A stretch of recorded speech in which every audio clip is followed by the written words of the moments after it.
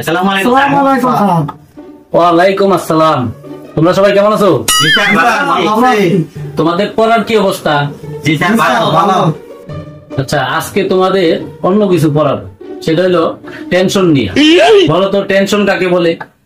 Sir, আপনি ছুটির পরে যখন বাড়িতে যাইবেন, রাস্তার ভিতরে একটা মেয়ে লোক আপনার স্যার ধাক্কা মারবে, তো আপনি মেয়েটারে তখন হাসপাতালে নিয়ে যাবেন। আপনি ভাবছেন স্যার টেনশনে খানে না, স্যার টেনশনে এখনো শুরু হয় না। হাসপাতালে নেওয়ার পরে ওই ডাক্তারে ভর্তি করাবো, ডাক্তার আপনাকে বলবো যে আপনি তো খবর, আপনি বাবা হতে চাচ্ছেন।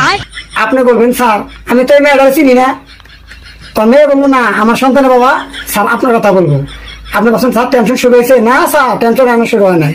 এর মধ্যে ডাক্তারে পুলিশ খবর দিব, পুলিশ খবর দেওয়ার পরে যখন আপনার ডিএনএ পরীক্ষা করবো, যখন ডিএনএ পরীক্ষা করে দেখবো যে আপনি জীবনে বাবা হতে পারবেন না, তখন পুলিশ আপনার ছেড়ে দিব। আপনি যখন বাসায় স্যার জানবেন, তখন স্যার মাথার চুল এরকম কইরা তাই না বলবেন যে কি ব্যাপার বাসা আব্বা করে দেয় স্যার। স্যার এই যে টেনশন ওন থেকে আপনার শুরু, একেই বলে স্যার টেনশন কাকে বলে।